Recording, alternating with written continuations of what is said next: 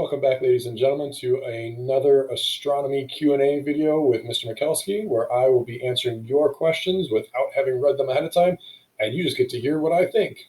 Whether if I'm right or wrong, well, that'll be for you to figure out. Okay, hopefully mostly right. So this is video number 3. Hopefully you've got a chance to check out videos 1 and 2. They've been really good so far, so let's continue on and see what Krusty Beetlejuice has to say. So Krusty Beetlejuice writes in, does the expansion of the universe make outer space a vacuum? That's an excellent question.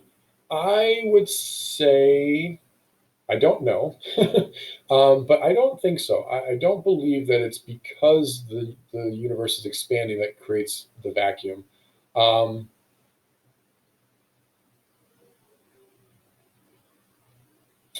Although in a way, maybe it is, because here's my logic. Here's what I'm thinking about, and you can maybe do some research to find out more. If the Big Bang was like the pivotal beginning moment of the universe, and we say that the universe was infinitely hot and dense, and all this stuff was in a super small space, and we call it singularity, the same term we use for the core of a black hole. And at that time, we could have said like, well, the universe was like filled with stuff. But then what happened is that the volume of the universe expanded greatly, and it is still expanding, right? It continues to. In fact, you'll hear that in some of the previous questions. And so perhaps in that expansion, while the volume of the universe has grown, the amount of stuff has not. And that's called the conservation of matter, right? The amount of things in the universe at one moment will be the same as the amount of stuff in the universe at a later moment, okay? And so another way of saying it is matter cannot be created nor destroyed. So from that standpoint, perhaps that the vacuum of space is a result of the expansion, and that as space has, the volume of the universe has expanded, gotten larger, and the stuff within it has collapsed and condensed from spread out gas clouds, and there's still gas clouds for sure, but a lot of them have condensed into stars and planets and other things like that that we think of today, that perhaps the space in between that's left over is that vacuum, that emptiness. Huh. That's a really good question. But anyways, that's my thought on it. I think maybe, yeah, that would be my final answer. All right, next one. Will we ever be sucked into the black hole at the center of our galaxy? No. No, we will not. It's just not going to happen. Okay, next. I'm going to keep that one short. I like that one. All right. What are the possible theories of how the universe will end? Oh, my goodness. Okay, there's a bunch of them. That Kirkstat YouTube video channel makes a really good set of videos about this. The ones I remember are the heat death. That basically means that like the universe will continue to expand so far that all of the particles will get further and further away from each other, kind of like question 1 here that Krusty Beetlejuice was asking about. And as they do that, they will radiate their heat out, right? The thermal energy that they have, and the kinetic energy is the motion, the wiggling of those particles. Eventually, that will all radiate far enough away from each piece, and each piece will be far enough away from each other because the universe is expanding, that it will essentially just become cold and dark, and the stars will burn out. And given enough time, there will be as if there is nothing. There will still be the same amount of stuff, but the universe will be so large and so far spread that the effect is basically as if the universe was empty. And that's kind of one interesting thought. Another thought is that there's something called a big crunch. Maybe the universe will expand to a point and then actually come back and collapse in on itself, in which case it would get hotter as it continues to collapse in, and then it would potentially rebound after that. And so therefore you'd have this like kind of collapse, this crunch, and then this bang, and then this crunch, and then this bang. And so the thought is that maybe the universe acts like a rubber band and kind of does back and forth, and maybe we're just in one of these cycles that maybe lasts who knows how many billions of years or more, and we are just a piece of this longer history. There are a few other ideas. Right now, those are the 2 main ones I think of. So go check out some other videos to find out some more, but that's what I've got off the top of my head, and that's what you asked for. Well, you didn't ask for it. This is what I'm giving you. I'm giving you what I get. All right. Thanks for the questions. Let's see what the next person has to say. All right. From Starships 2020, or maybe I should say the @ sign, right? At Starships 2020. however you guys say that. Anyways, theoretically, if we were to travel through parallel universes, would that be traveling through the time dimensions? Is it the same as traveling through space? Would time be different in those parallel universes? Okay, well, Starships 2020. I don't know. My best guess, and that's completely what most of these things are, well, not most of these, but this one for sure, would be that if we could figure out how to travel through parallel universes, I think you would be beyond any number of dimensions that existed within our own universe. Now, there are some ideas that would suggest, well, maybe there are multiple universes like the multiverse theory, and maybe those other universes could be accessed through our own higher dimension. So, as we talked in class about maybe a fifth, a sixth, seventh, eighth, ninth, 10, 11, whatever different number of dimensions, maybe we could access other locations, not only in our own space and time, but in other spaces and times, in a sense, in other multiverses, other universes. Um, I believe if that were possible, where we would be essentially entering, right, if we were to get into some other universe through this time dimension, would not be anything like our own time dimension. Whether if that means it would behave differently or would be a different time scale. Maybe time ticks faster, ticks slower. Maybe we age more. Maybe we age less. Maybe um, maybe it's a duplicate of our own exact universe, but maybe it's like as if we were to travel just in time. So it's not like we're traveling through our universe's different time, but maybe there's in a multiverse, maybe there is another copy of our universe, but maybe it's 65 million years behind our current time schedule. And so from that standpoint, maybe we could get into that universe, but we'd be getting in at the time when like dinosaurs were still roaming the earth or something like that. So I think all of that is totally plausible. But I think for as many options you can come up with, if you could really envision a multiverse theory, then all of those possibilities are just that. All of them are possible. All of the things you could think of. Okay. All right. Question number two. Oh, let me stop this. Good. I'm right. I'm like 2 minutes per question. I think that's about right. All right. What would happen if all the planets in the solar system aligned? I think it opens like a gate to hell or something. I don't know. I'm just kidding. All right. What would happen when Jupiter and Saturn aligned on December 21st? And when was the last time this happened? Okay. The Saturn and Jupiter alignment, that is. So the Saturn and Jupiter alignment, from the little bit that I looked up about it, is something that actually happens about every 20 years from Earth's perspective. So that makes it not that rare. The more rare part of it is how closely they align. So, do we get like an actual eclipse of Saturn and Jupiter? And that would be cool because that would imply like 100% alignment, right? In the same way that like a total solar eclipse is going to be a very particular alignment that does happen less often than a partial solar eclipse, okay?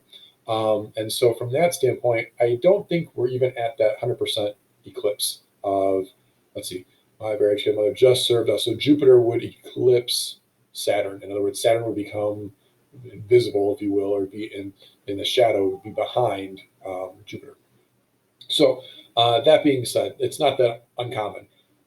For the December 21st date, the last time it was this close of an alignment, or what they call a conjunction, was roughly almost 800 years ago. So that's the more rarity part of it, is how close they become aligned with each other. Now, what would happen if all the planets aligned? So I'm going to take a little extra time because it's like 3 questions in one. You know what? It would look really cool. It should make like some cool like desktop photos if somebody could capture that. Although it would just look like a bunch of nothingness if you took a picture of it in space because all the planets are so far away from each other that I don't think you would like capture it in one frame or anything like that. Which is why all those really cool pictures are probably somebody has doctored them up, electronically or whatever. Um, so yeah, I mean, in theory, you'd have like a gravitational kind of antinode where like you're going to get more pull or whatever. But assuming the sun is on one side of us and then all the other planets are in a line the other way.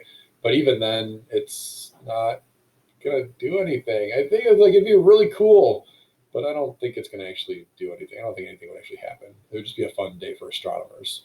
Um, and so, yeah, I wonder because there, I'm sure, are accurate enough models of our solar system that you could run the model forwards really, really fast into the future, or you can even play the model in reverse and see like, has this ever happened, or when did it happen, or when will it happen?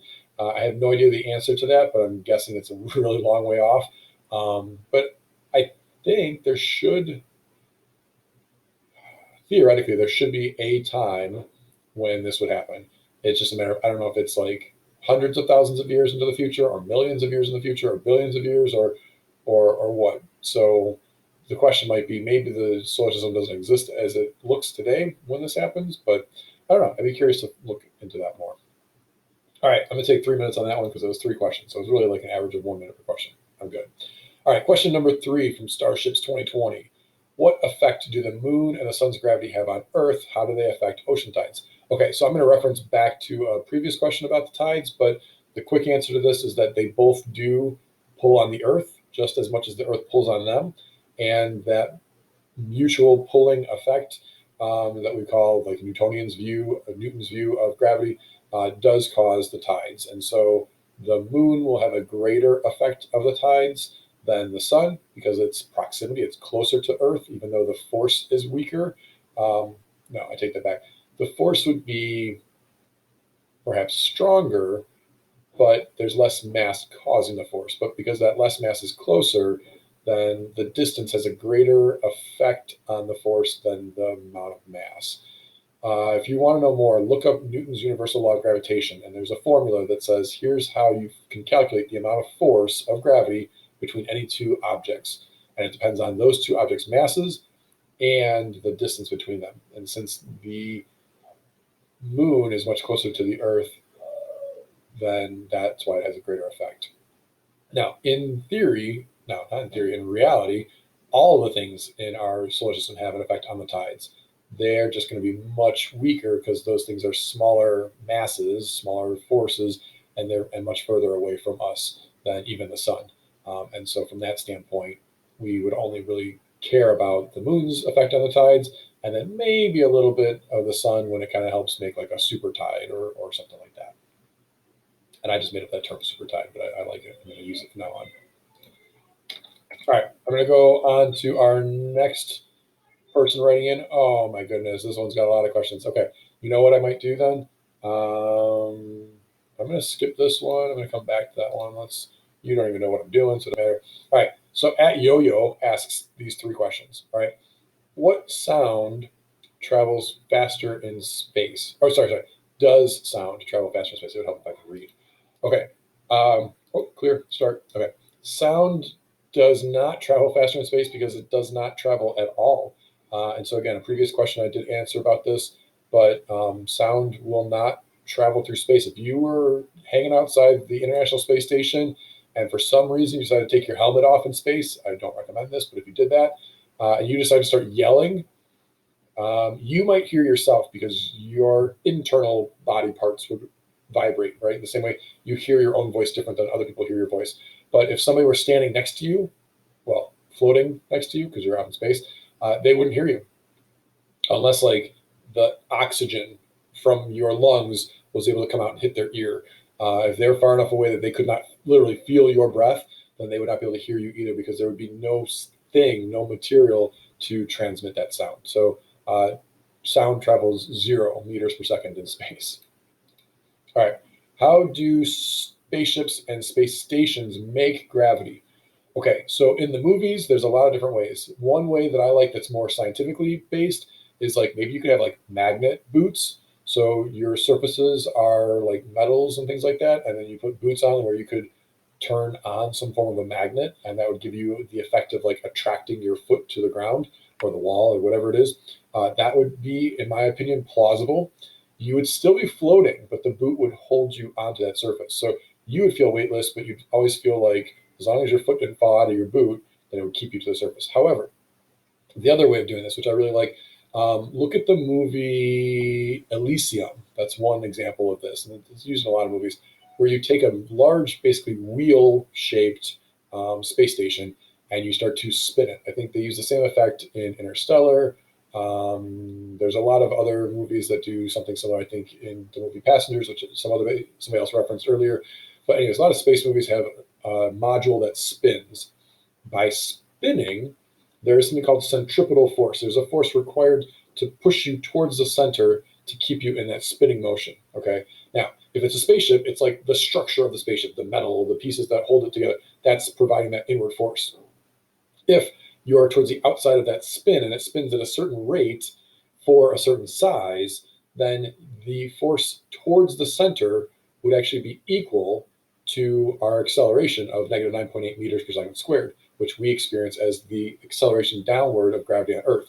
Therefore, you'd be standing on the wall of this like disc with your head towards the center of it, and you'd be walking along that donut, if you will, that ring, as though gravity was the same on this spaceship as it is here on Earth. And so, from that standpoint, if you spin that space station to a certain amount, given the radius, you could actually match and create an artificial gravity.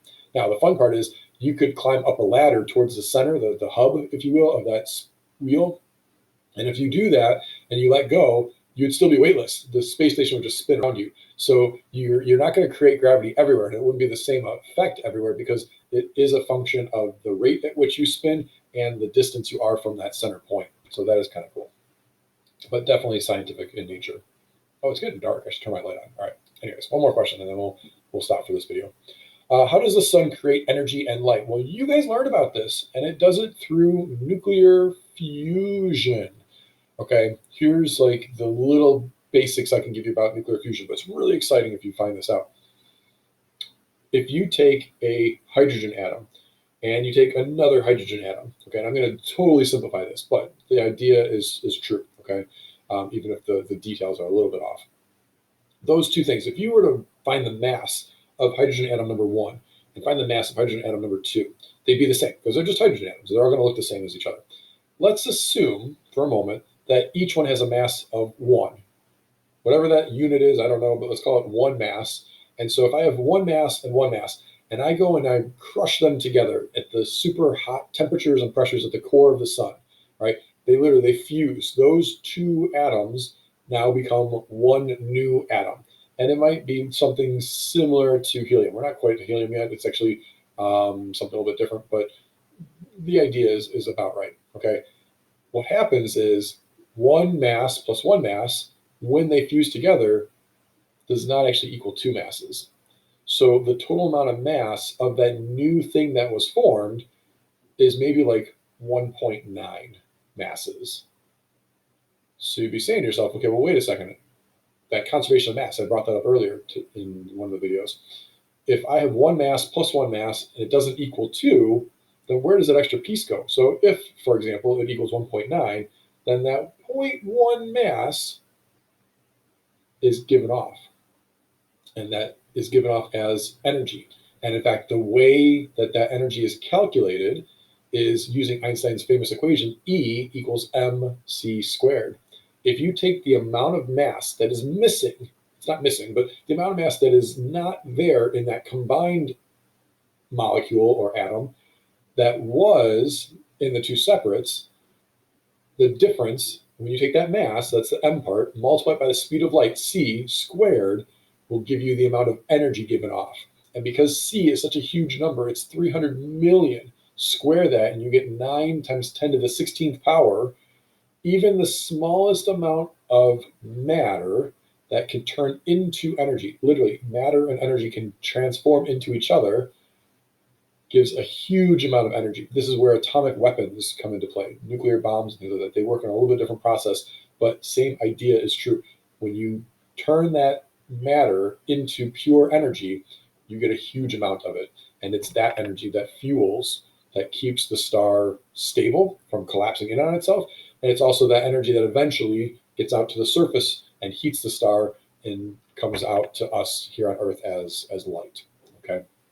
All right. So as my light is fading, I'm going to stop this video, but thanks for checking in and thanks for asking all your wonderful questions. I look forward to seeing you in the next video. Bye-bye.